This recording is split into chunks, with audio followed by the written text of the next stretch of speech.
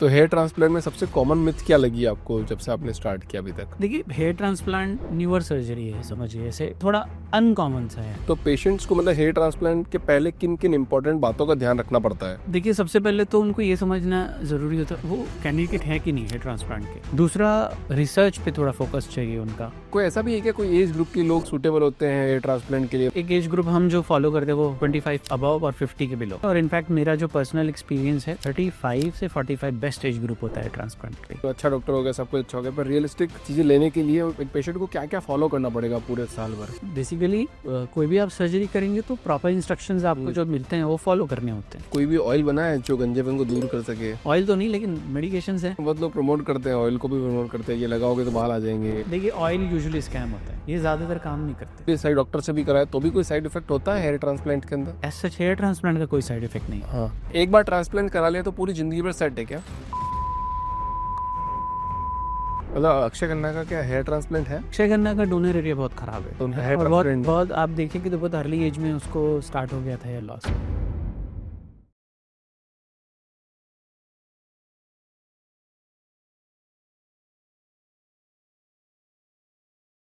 Doctor प्रकाश sir, आपका बहुत बहुत स्वागत है द फाउंडर्स ड्रीम के अंदर। Thank you very much. कैसे हैं सर आप? बहुत अच्छी, बहुत बढ़िया।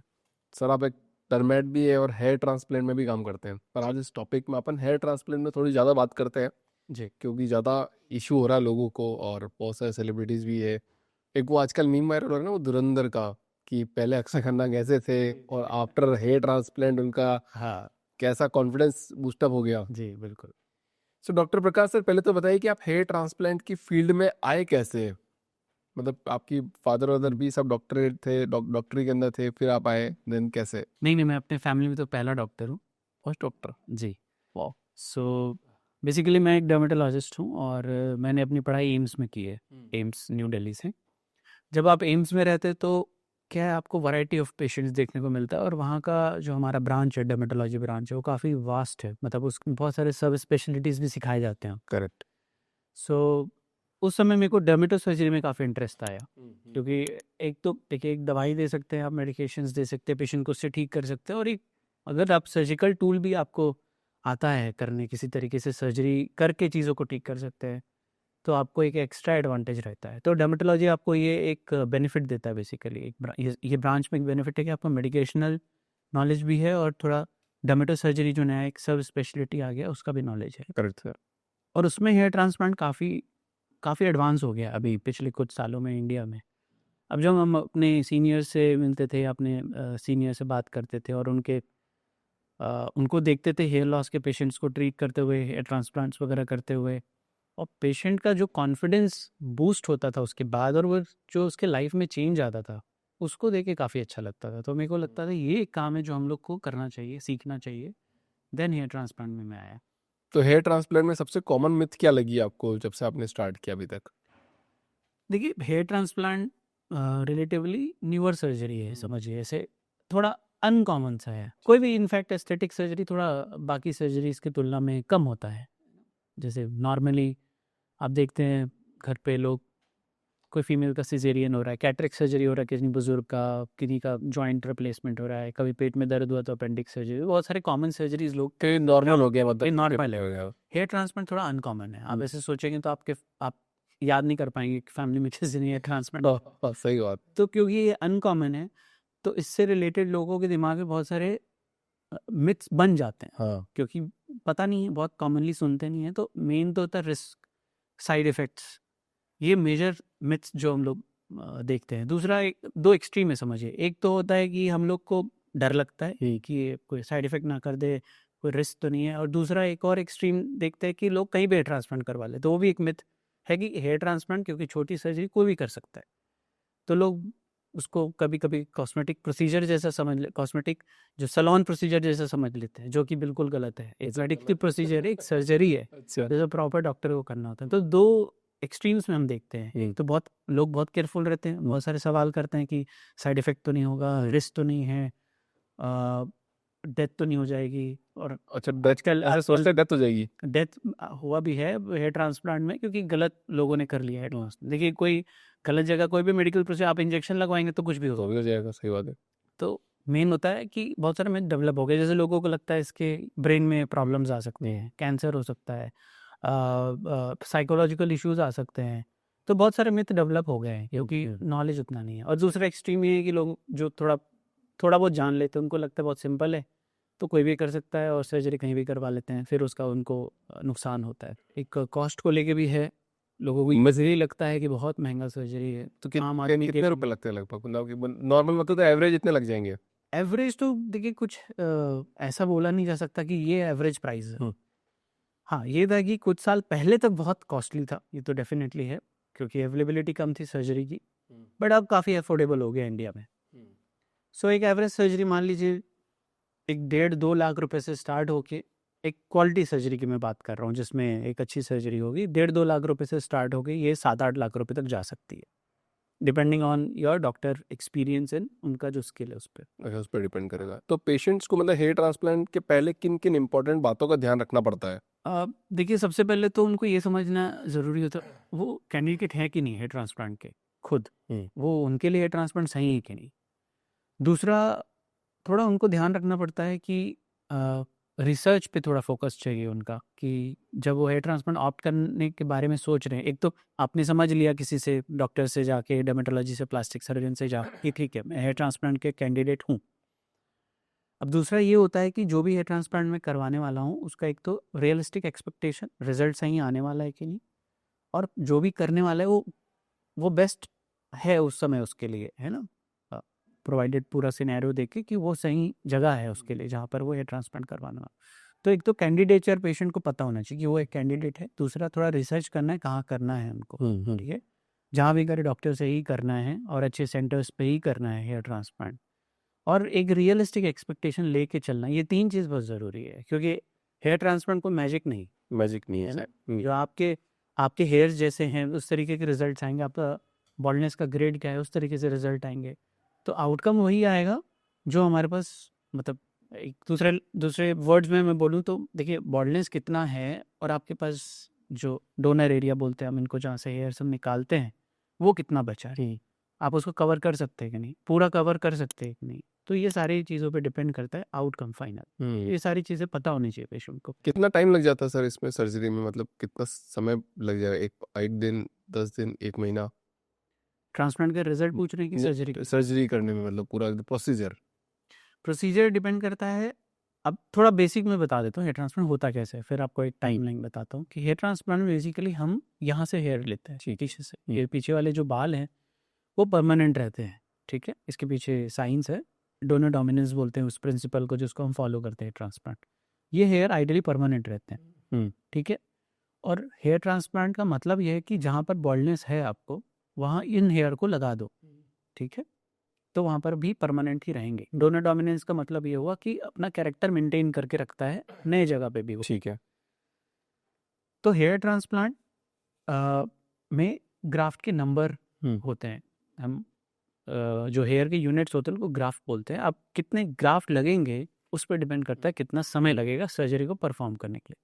माइक्रोस्कोपिक सर्जरी है, बहुत माइन्यूट डिटेलिंग में होती है सर्जरी, माइक्रोस्कोप्स यूज़ होते हैं, तो इसमें 1-1.5 दिन 2 दिन तक एक सर्जरी जा सकती है, ठीक है। ठीक है, 2 दिन तक? 2 दिन तक। एक बट बार सिटिंग कितना होता है, मतलब एक बंदे को कितनी देर बैठना पड़ता है? वही आपको सुबह जैसे 7-8 घंटे एक दिन का, एक सेशन मतलब 7-8 घंटे का हुआ, फिर नेक्स्ट डे हम रात को तो घर भेज देते हैं पेशेंट को, नेक्स्ट डे पेशेंट फिर आता है, जितना जो सर्जरी कुछ बचा हुआ है तो उसको फिर से परफॉर्म किया जाता है। तो ऐसे 1 से 1.5 डे 2 डेज ऐसी सर्जरीज होती है यूजुअली एक सेशन जो होता है, ठीक है। रिजल्ट आने में 6 महीने से 8 महीने का टाइम लगता है, रिजल्ट पीक 1 साल में करता है। ओह, बहुत लंबा प्रोसेस है ना सर फिर तो। हाँ, मतलब अगर के लिए अच्छी आपको बात चाहिए तो 1 साल पेशेंस रखना पड़ेगा। मतलब मैं तो सोच रहा था कि नहीं 2-3 महीने में एकदम सेट हो जाएगा। एस्थेटिक इंप्रूवमेंट चौथे महीने से शुरू हो जाता है।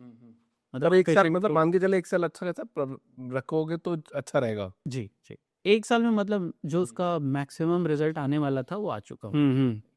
कोई ऐसा भी है क्या, कोई एज ग्रुप के लोग सूटेबल होते हैं हेयर ट्रांसप्लांट के लिए? मतलब आप इसे इस तक करा लोगे तो बेटर रहेगा, बाद में कराओगे तो अच्छा नहीं रहेगा? हाँ, तो जैसे कैंडिडेचर की बात कर रहे थे कौन कैंडिडेट बेस्ट होते हैं, तो एक एज ग्रुप हम जो फॉलो करते हैं वो 25 अबव और 50 के बिलो, अच्छा। ये एक अच्छा एज ग्रुप हम मानते हैं। और इनफैक्ट मेरा जो पर्सनल एक्सपीरियंस है 35 से 45 बेस्ट एज ग्रुप होता है ट्रांसप्लांट के लिए, but need usually young patients को होती है जो 20s में रहते हैं। बहुत अर्ली एज में हम नहीं करना चाहते हैं, अच्छा और बहुत लेट एजेस जो होते हैं उसमें कुछ मेडिकल कंडीशंस भी डेवलप हो जाती है पेशेंट को, तो भी हम लोग थोड़ा अवॉइड करते हैं। एक वीडियो चलाएंगे सर, हाँ thank you. थोड़ा एक्सप्रेशन देख लेते हैं आपके। Sure, sure. चलो राधे राधे चलाओ। टन टन टन टन टन। तो मीम ही बन गया है यार। चलो बहुत बढ़िया, क्या माहौल है बताओ। कर क्या है बियर ट्रांसप्लांटेशन ये डे 362 जो कि अब मेरे बियर की एडिशन देख सकते हो किस तरीके का है अभी। अब देख सकते हो मेरा 1 साल होने में ज्यादा समय लेट नहीं है, और मेरा 1 साल इसमें कंप्लीट हो जाएगा। वीडियो अपडेट करने के अकॉर्डिंग मैं अभी बता रहा हूँ, उन्हें 1 साल पहले कंप्लीट हो चुका है। 22 नवंबर तक रीनर कंप्लीट हो गया था 1 ईयर, ठीक है, बियर जर्नी। तो अब देख सकते हो कैसा मेरा है अभी कंडीशन।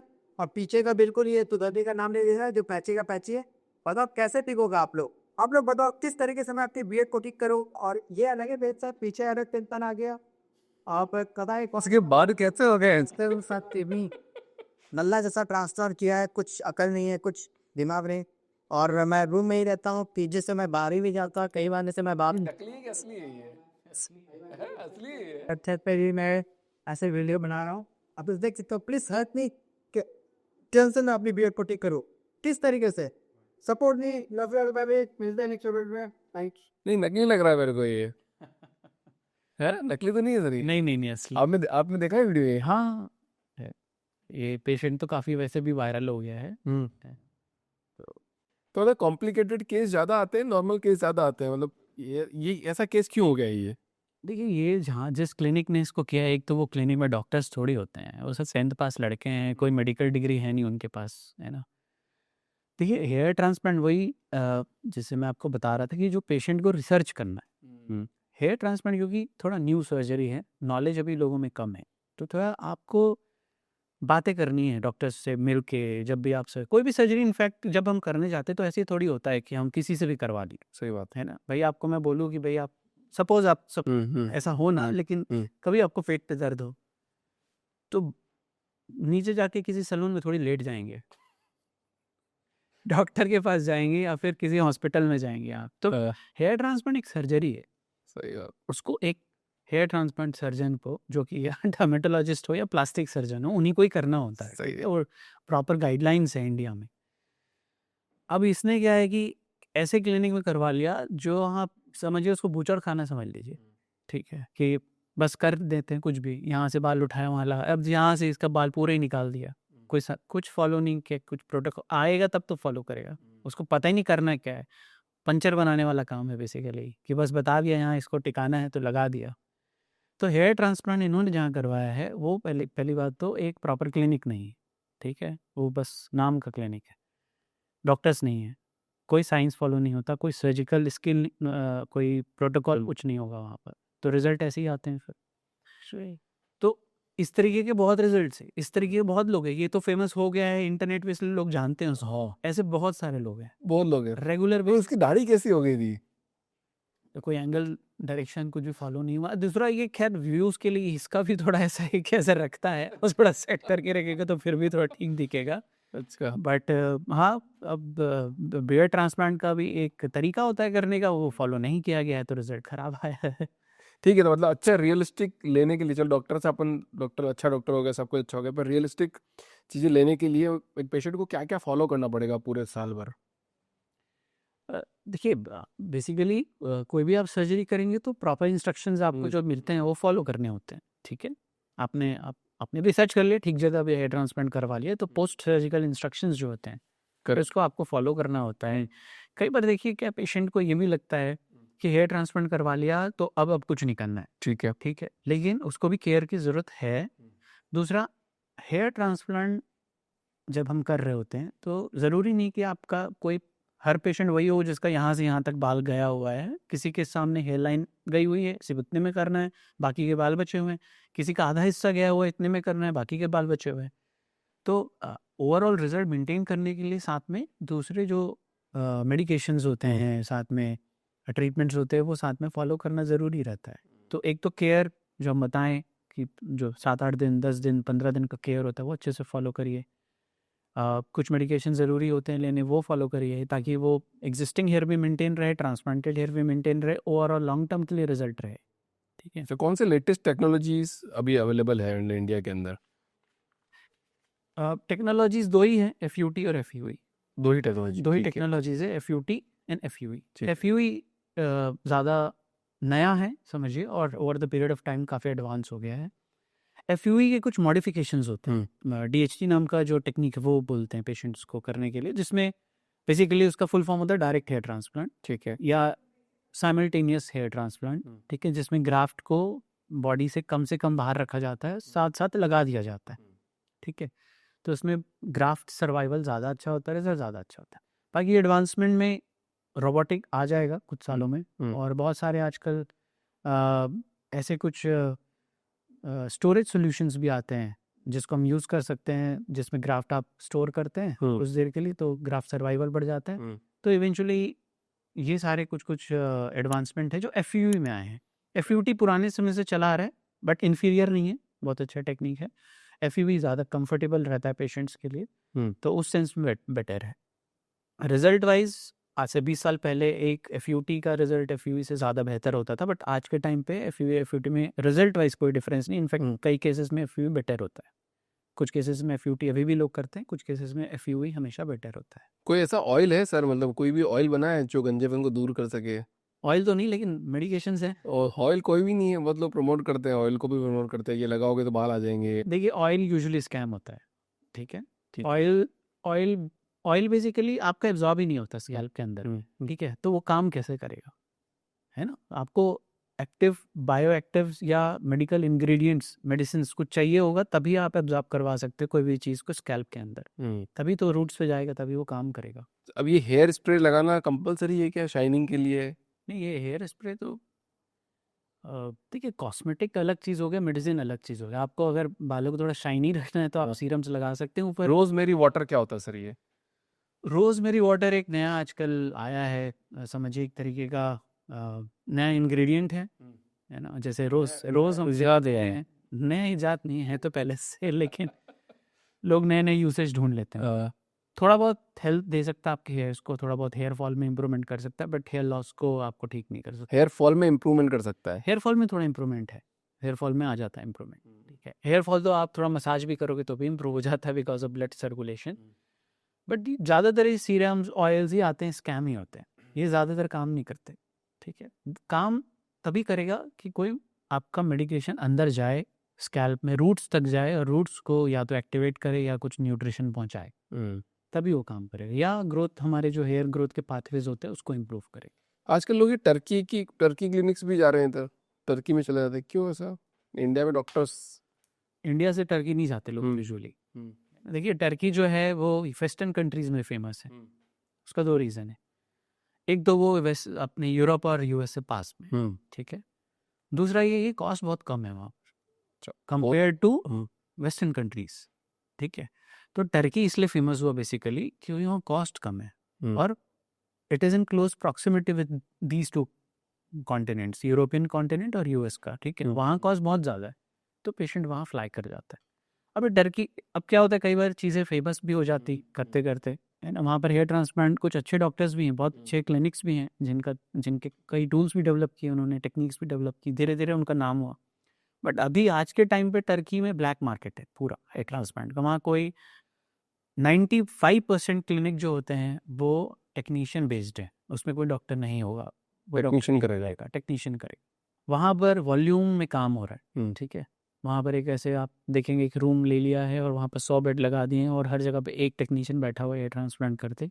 क्वालिटी कुछ नहीं मिलेगा आपको, बहुत हाई फेलियर रेट है हेयर ट्रांसप्लांट का। रिपेयर के लिए बहुत सारे लोग आते हैं टर्की से। देखिए, टर्की में अच्छे हेयर ट्रांसप्लांट सेंटर्स भी हैं और वो बहुत अच्छा काम कर रहे हैं, उन्हीं के कारण नाम भी हुआ, लेकिन उसका गलत फ़ायदा बाकी लोगों ने उठा लिया। जो इतना फैल गया वो, अब मेडिकल टूरिज़्म बहुत ज़्यादा है टर्की में। इनफैक्ट वहाँ गवर्नमेंट भी थोड़ा सपोर्ट करता है मेडिकल टूरिज़्म को, इसलिए भी वहाँ पर काफ़ी अच्छा हेयर ट्रांसप्लांट का अभी बढ़ा है। बट आपको वहाँ पर भी जा रहे हैं तो बहुत ध्यान से जाना होता है। वहाँ पर ऐसे नहीं कि आप गए और सर्जरी बहुत अच्छा ही होगा, ज़्यादा चांसेस है कि बिगड़ के आएगा सर्जरी या ख़राब हो के आएगा। और हमारे लिए तो बिल्कुल, इंडियंस के लिए या फिर इंडिया के आसपास जो कंट्रीज उनके लिए तो महंगा ही है टर्की, बहुत कॉस्टली पड़ेगा, आना जाना आप फॉलो अप नहीं कर पाओगे। कोई साइड इफेक्ट होता है, मतलब जैसे वो तो चलो गलत जगह से करा लिया उस बंदे ने तो, बट कोई एक्चुअली सही डॉक्टर से भी कराया तो भी कोई साइड इफेक्ट होता है हेयर ट्रांसप्लांट के अंदर? नहीं, एज सच हेयर ट्रांसप्लांट का कोई साइड इफेक्ट नहीं है। हाँ। ठीक है, हेयर ट्रांसप्लांट बहुत ही सुपरफिशियल स्किन की सर्जरी है। समझिए कि हम स्किन पे बहुत छोटे छोटे होल्स करते हैं और हेयर को वहाँ पर इम्प्लांट कर देते हैं। ठीक है, तो वो अपने आप पकड़ लेती है उसको। हाँ, जैसे बॉडी अपने आप जैसे कट वट लगता है हील होता है, वैसे ही वो भी हील होके वो स्किन सील हो जाती है और हेयर वहाँ पर इम्प्लांट हो जाता है। ठीक है। हेयर ट्रांसप्लांट का साइड इफेक्ट नहीं है, बट हेयर ट्रांसप्लांट एक सर्जरी है क्योंकि, तो थोड़ी बहुत स्वेलिंग आना या हल्का फुल्का पेन आना जो एसोसिएटेड होता है किसी भी मेडिकल प्रोसीजर के साथ वो हो सकता है। वो उसको हम साइड इफेक्ट नहीं मानते, वो समझिए एक एसोसिएटेड इफेक्ट है कोई भी सर्जरी। अच्छा, मतलब जैसे कोई भी जो नॉर्मल बंदा है, ठीक है, जिसका थोड़ा बहुत पैसे और जो हेयर ट्रांसप्लांट कराना चाहता है, वो सबसे पहले वही देखता है कि इस हेयर ट्रांसप्लांट क्लिनिक के अंदर कोई सेलिब्रिटी आया है क्या। तो जहाँ पे सेलिब्रिटी गए हैं वहाँ पे सारी भीड़ लग जाती है, ऐसा आपको लगता है? ऐसा हर बिजनेस में होता है, हाँ। सिर्फ हेयर ट्रांसप्लांट नहीं। अगर सेलिब्रिटी किसी चीज़ को चूज़ कर रहे हैं तो एक तो वहाँ पर ट्रस्ट बिल्डअप होता है बेसिकली, कि सेलिब्रिटी कर रहा है तो कुछ सोच समझ के या सोच के कर रहा होगा या रिसर्च करके कर रहा होगा, तो वो तो होना लाजमी। कहीं पर भी अगर सेलिब्रिटी आ रहे हैं तो वहाँ पर लोग ट्रस्ट आ जाता है उनका। चलो ये बताओ कि रॉक का हेयर ट्रांसप्लांट हो सकता है क्या? देखिए रॉक जो है वो पूरा बॉल्ड लुक रखता है हाँ। शेव करके, हाँ। और पीछे उसके कैसे बाल है वो किसी ने देखे नहीं है। सही है। हेयर ट्रांसप्लांट के लिए ये देखना जरूरी है कि आपके पास डोनर एरिया कितना है, अगर Donor होगा तो बिल्कुल हो सकता है। डोनर एरिया इंपॉर्टेंट है, ऐसा नहीं होता कि एक पाँव के बाल ले लेते हैं नीचे के, मतलब देखिए आप हेयर्स तो बहुत जगह से ले सकते हैं, है ना। सेकंड आता बियर्ड, बियर्ड से भी हम लेते ही हैं, चेस्ट से भी लेते ही हैं, बॉडी हेयर्स लेते हैं, बट प्राइमरली आपको स्कैल्प हेयर चाहिए ही चाहिए, क्योंकि वो तो नेचुरलनेस देगा ना आपको। सिर्फ ग्रोथ हमारा मोटिव नहीं है ट्रांसप्लांट का, नेचुरल ग्रोथ मोटिव है। ऐसे आप 5 बाल लेके घूम रहे सिर के ऊपर तो कोई सेंस नहीं बना ना सर उससे। एक बार ट्रांसप्लांट करा लिया तो पूरी जिंदगी भर सेट है क्या? इसमें भी डिपेंड करता है कि पेशेंट किस स्टेज में है ट्रांसप्लांट के, एज क्या है उसका, और उसका डोनर एरिया में क्या सिचुएशन है। ठीक है, बहुत सारे फैक्टर्स हैं बेसिकली ये डिसाइड करने के लिए कि लॉन्ग टर्म रहेगा कि नहीं ट्रांसप्लांट का result. In ideal situation hair transplant life long रहता है, बट हम लोग प्रैक्टिकली जो देखते हैं यूजुअली थोड़ी बहुत थिनिंग आती, सभी लोगों को आती। और जो मैं बोल रहा था कि हम लोग को कुछ मेडिकेशंस वगैरह लेना ज़रूरी है उसको मेंटेन करने के लिए, और अच्छा होता है अगर हम साथ में और ट्रीटमेंट साथ में ले रहे होते हैं ट्रांसप्लांट की, खासकर जो मेडिकेशंस होते हैं। ट्रांसप्लांट अगर आपका डोनर एरिया बहुत स्ट्रांग है, ठीक है, और एक अच्छे एज में किया जा रहा है, जैसे मैंने बताया था 35 to 45 एक अच्छा एज ग्रुप है जब आपका जो हेयर लॉस है या बॉल्डनेस है वो स्टेबलाइज हो चुका होता है, बढ़ नहीं रहा होता बहुत तेज़ी से, तब आप करेंगे तो ज़्यादा लॉन्ग टर्म रिजल्ट रहेगा। वही कंपेयर टू एक यंग पेशेंट 21-22 साल का लड़का, वो हेयर लाइन करवा लेता अपना ट्रांसप्लांट, और उसके फैमिली में सब समझिए कि ग्रेड 6-7 जो एडवांस बॉल्डनेस है वो है, और उसको भी चांसेस है ग्रेड 7 जाने का एज के साथ, तो धीरे धीरे क्या होगा उसका डोनर एरिया में भी फ्यूचर में पतलापन आ जाएगा जो आज हमको नहीं पता है। तो ट्रांसप्लांट जो किए हुए बाल हैं उसमें भी पतलापन आएगा और वो भी जा सकता है, वो भी हो सकता है। ठीक है, तो एज पे, पेशेंट किस ग्रेड पे है, उसकी फैमिली हिस्ट्री क्या है, डोनर एरिया की सिचुएशन क्या है जब हम ट्रांसप्लांट कर रहे हैं, और फ्यूचर प्रेडिक्शन क्या है, इस सब पे डिपेंड करता है कि कितने दिन तक हेयर ट्रांसप्लांट का रिजल्ट रहेगा। आइडियली 5 साल 10 साल तक आराम से हेयर ट्रांसप्लांट बहुत अच्छे से रहता है, थोड़ी बहुत थिनिंग आती है जो उसको मैनेज किया जा सकता है। 5 से 10 और साल अगर है। 35 प्लस पेशेंट है तो लाइफ लॉन्ग ही रहता है मोस्टली। ठीक है, थिनिंग आती है, लॉस नहीं होता है, लॉस नहीं होता हाँ है। थोड़ा वॉल्यूम कम आपको लगेगा टाइम के साथ। ठीक है, बट ऐसा नहीं होगा कि दोबारा बॉल्ड हो गया पेशेंट, वैसा नहीं होता। मतलब अक्षय खन्ना का क्या हेयर ट्रांसप्लांट है? अक्षय खन्ना का डोनर एरिया बहुत खराब है, तो उनका हेयर और बहुत ट्रांसप्लांट बहुत आप देखेंगे तो बहुत अर्ली एज में उसको स्टार्ट हो गया था हेयर लॉस, तो उसको ग्रेड 7 है। तो उनका हेयर ट्रांसप्लांट नहीं है अभी वो? उसका नहीं, वो तो उसने उन्होंने अभी पैच पहना हुआ है, अच्छा, पैच है वो। पैच, वो तो आर्टिफिशियल है। आपके पास किस टाइप के पेशेंट आते हैं सबसे ज़्यादा? मतलब कॉम्प्लिकेटेड केस आते हैं, नॉर्मल केस आते हैं? और कॉम्प्लिकेटेड केस होता है तो क्या कॉम्प्लिकेटेड केस होता है?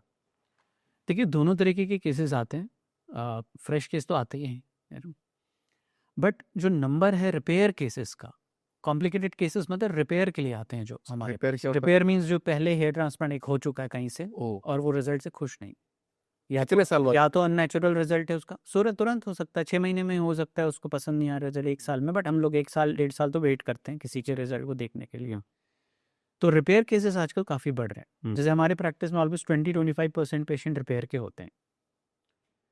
बड़ा अंतर। तो अनफॉर्चुनेटली ये बढ़ते जा रहा है बिकॉज ये आजकल जो नॉन डॉक्टर्स परफॉर्म करने लगे हैं सर्जरी को, और अनट्रेंड या अनस्किल्ड बोल सकते हैं, उन लोग ज़्यादा दिखने लगे हैं सर्जरी करते हुए, उसके कारण ये प्रॉब्लम्स बढ़ रही हैं।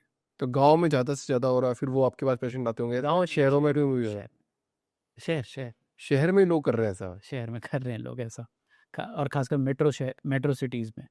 इनफैक्ट टियर 2 टियर 3 सिटीज़ में ज़्यादा लोग मतलब अच्छा रिसर्च करते हैं उन लोग बेसिकली, क्योंकि उन लोग देखते हैं कि मेट्रो सिटीज़ में क्या हो रहा है ना, और मेट्रो सिटीज़ के हिसाब से अपना रिसर्च ऐसा करते हैं। उन लोग को हमेशा यूजुअली मैंने देखा है उन लोग डिसीजन सही लेते हैं, बट मेट्रो सिटी में ज़्यादा प्रॉब्लम है क्योंकि भीड़ लगी हुई है यहाँ, क्लिनिक्स इतने ज़्यादा हो गए, पेशेंट कंफ्यूज हो जाता है। आपको देख के पता चल जाता है कि ये क्लिनिक फ्रॉड ही होगा, देख के आप जैसे देख के जैसे चल रहे होगे, क्योंकि तो बहुत सारे आगे पीछे दिखते होंगे, बिल्कुल, आपको देख के पता लग जाता है। फ्रॉड क्लिनिक का 2-3 आपको निशानी बता, अच्छा, निशानी बता दो। आपको एक या किसी भी पेशेंट को समझ में आ जाएगा। एक तो वहाँ डॉक्टर्स नहीं मिलेगा आपको, ठीक है, वहाँ पर ये नहीं बताया जाएगा कि एक पर्टिकुलर डॉक्टर का नाम नहीं बताया जाएगा, और उसके क्रेडेंशियल्स में हमेशा सवाल रहेंगे, मतलब वो क्या है, डर्मेटोलॉजिस्ट है, प्लास्टिक सर्जन, या कोई और डॉक्टर है, वो आपको कभी भी क्लियरली नहीं बताएगा वो क्लिनिक। ठीक है। दूसरा, डिस्काउंट बहुत देगा आपको, वो डिस्काउंट्स पे ही बात करेगा आपसे वो क्लिनिक, कि आप आज करवा लीजिए आपको इतना डिस्काउंट दे देंगे, आप कल करवा लीजिए आपको इतना डिस्काउंट दे देंगे, वो प्राइस पे ही बात करेगा कि सबसे सस्ता हम दे देंगे आपको, ठीक है। देखिए मेडिकल सर्जरी है, उसका एक कॉस्ट होता है हर चीज़ों का, है ना, तो उन लोग हमेशा इस तरीके से बात करेंगे और कोशिश करेंगे कि आप फंस जाएं उसी पे, है ना, रिजल्ट पे बात कभी नहीं करेंगे कि कैसा रिजल्ट आएगा, क्या करेंगे, और बहुत ही ओवर प्रॉमिस रहेगा उनका कि हाँ आप पूरा स्कैल्प भर देंगे, इससे ज़्यादा डेंसिटी कोई नहीं दे सकता। साइंटिफिक बात नहीं करेंगे आपसे कभी भी, सेल्स वाले चीज़ें आपको बताएंगे आपको कि डिस्काउंट्स हम दे देंगे, आप कुछ पूछेंगे उसका आंसर हाँ में ही होगा हमेशा, ठीक है, ये हो जाएगा, हाँ हो जाएगा, ये हो सकता है, ये भी हो सकता है। तो साइंटिफिकली कुछ भी चीज़ को एक्सप्लेन नहीं करेंगे, बस आपको खुश करेंगे, बस समझिए, ठीक है, कभी भी आपको किसी चीज़ के लिए मना नहीं करेंगे। तो ये रेड फ्लैग्स है सारे। करेक्ट। डॉक्टर्स अगर नहीं है, बहुत ज़्यादा डिस्काउंट की बातें हो रही है और सिर्फ प्राइसिंग पे बात चल रही, सस्ता सस्ता सस्ता सस्ता, और अगर आपको बस आपको प्लीज़ किया जा रहा है हर चीज़ों में, आपको कोई साइंटिफिक अप्रोच नहीं दिया जा रहा, तो बिल्कुल मत करवाइए वहाँ पर सर्जरी। तो मतलब अगर कोई बंदा कोई मेडिकेशन पे है, कुछ साइड इफेक्ट आ रहे हैं, तो उसको बंद करके वापस सेट कर सकता है, बिल्कुल। रिवर्स कर सकता है। एक एग्जांपल, हाँ। आपको एक एंटीबायोटिक से एलर्जी है, या मान लीजिए पैरासीटामोल से एलर्जी है, तो आपने आज पैरासीटामोल खाया है तो आज ही तो एलर्जी होगी ना, 2 दिन आपने बंद कर दिया तो 2 दिन बाद तो ठीक हो जाओगे। एलर्जी ठीक करने का तरीका यही तो है कि दवाई बंद कर दो या उस चीज़ को मत खाओ। मूंगफली खाने से किसी को एलर्जी हुई, मूंगफली मत खाओ, सही बात है। ठीक है। सिंपल से बताए हैं, मतलब जो मैंने पूछा डीएसटी ब्लॉकर मेडिसिन से कि आप एक टाइम के बाद लेते हो तो अगर कुछ ऐसे तो कुछ नहीं होता, बट जो साइड इफेक्ट है वो ये है कि आपका जो urge to do the sex वो रिड्यूस होने चालू हो जाता है, बट स्पर्म काउंट वगैरह पे कोई इफेक्ट नहीं करता वो। देखिए आपको लॉस ऑफ लिबिडो भी हो सकता है, इरेक्शन में भी प्रॉब्लम आ सकता है, स्पर्म काउंट में भी इफेक्ट आ सकता है, ठीक है, बट ये बहुत रेयर है, ये होना बहुत रेयर है। इनफैक्ट गायनेकोमेस्टिया भी होता है कुछ लोगों में, मैन मूव्स जो बोलते हैं, बट ये बहुत रेयर साइड इफेक्ट्स हैं। अगर आपको हो रहा है तो आप उसको बंद कर देंगे तो वो रिवर्सिबल है ना, most of the side effect reversible. चलो ये तो बहुत बड़ा सवाल हो गया इस पॉडकास्ट का आज, क्योंकि ये तो बात किसी ने नहीं बताई। तो पॉडकास्ट का एक आखिरी सवाल सर आपसे, अगर मान लो किसी को हेयर लॉस हो रहा है, अभी हो रहा है, तो उसको प्रिवेंट करने के लिए कोई ऑप्शन है अभी अपने पास जो अपन लोगों को बता सकते हैं? मेडिकेशंस हैं, है ना, और ये बहुत पुरानी मेडिकेशंस हैं जो हम यूज़ करते रहते हैं और बहुत अच्छे रिजल्ट्स आते हैं। बस प्रॉब्लम ये है कि उसको लगातार लंबे समय तक लेना होता है। मिनॉक्सिडिल है, फिनेस्ट्राइड, जो हम बात करते हैं डीएचटी ब्लॉकर्स, डीएचटी ब्लॉकर्स है फिनेस्ट्राइड, ड्यूटेस्ट्राइड, मिनॉक्सिडिल है, ये 2 FDA अप्रूव्ड ड्रग्स हैं जो बहुत अच्छा रिजल्ट देते हैं। अच्छा, इसके अलावा थेरेपीज भी हैं। थेरेपीज क्या थेरेपीज? जैसे PRP नाम का एक थेरेपी होता है, प्लेटलेट रिच प्लाज्मा बोलते हैं। एक GFC नाम का एक नया ट्रीटमेंट आया है आजकल। कुछ नए ट्रीटमेंट्स भी आ गए हैं, जैसे आजकल ग्रोथ फैक्टर्स आते हैं, एक्सोसोम्स आते हैं, स्टेम सेल्स आते हैं कुछ, ठीक है, जिसको हम इंजेक्ट कर सकते हैं स्कैल्प में, अप्लाई कर सकते हैं स्कैल्प में, जिससे इंप्रूवमेंट आता है।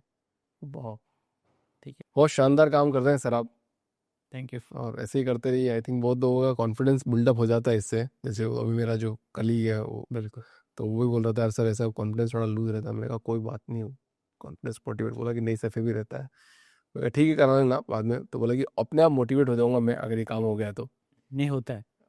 हेयर लॉस अगर आप किसी का ठीक कर रहे हैं, कॉन्फिडेंस बहुत ज़्यादा बूस्ट होगा। Thank you so much sir thank you for very, coming in the show, thank you, and it's a great conversation. Thank you very. Thank you sir, thank you so much.